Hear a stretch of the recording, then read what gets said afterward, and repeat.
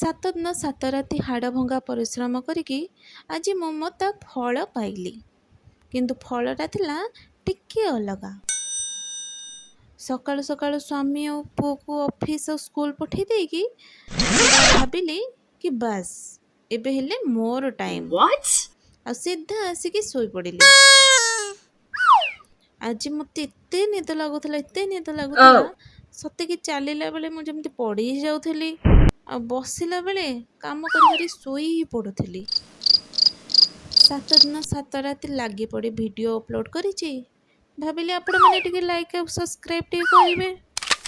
ବାସ୍ ମୋ ପରିଶ୍ରମର ଫଳ ମୋତେ ଆଜି ହିଁ ମିଳିଗଲା, ଯେଉଁଟାକି ହେଲା ପ୍ରବଳ ନିଦ। ଆଜି ମୋତେ ନିଦ ଏମିତି ଲାଗୁଥିଲା ଯେମିତି ନିଦ କହୁଛି ମୁଁ ତ ସାଙ୍ଗରେ ହିଁ ରହିବି। Oh my god. କିନ୍ତୁ କାମ ତୁ ନିଶ୍ଚିନ୍ତ ରୂପରେ କରିବୁ। Yes.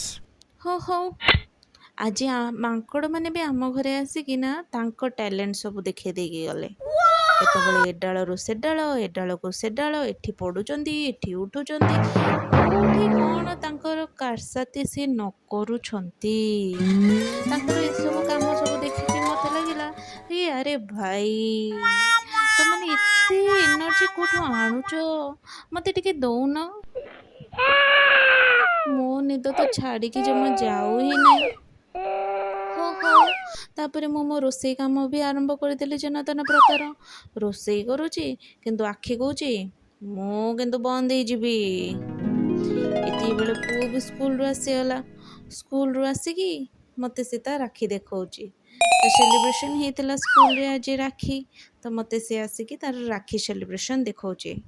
ଆଜି ପୁଣି ହେଇଥିଲା ଘରେ ପଖାଳ। ହେ ଭଗବାନ, ପଖାଳ ଖାଇକି ମୋତେ ଲାଗିଲା ପଖାଳ ଆଉ ଏ ନିଦ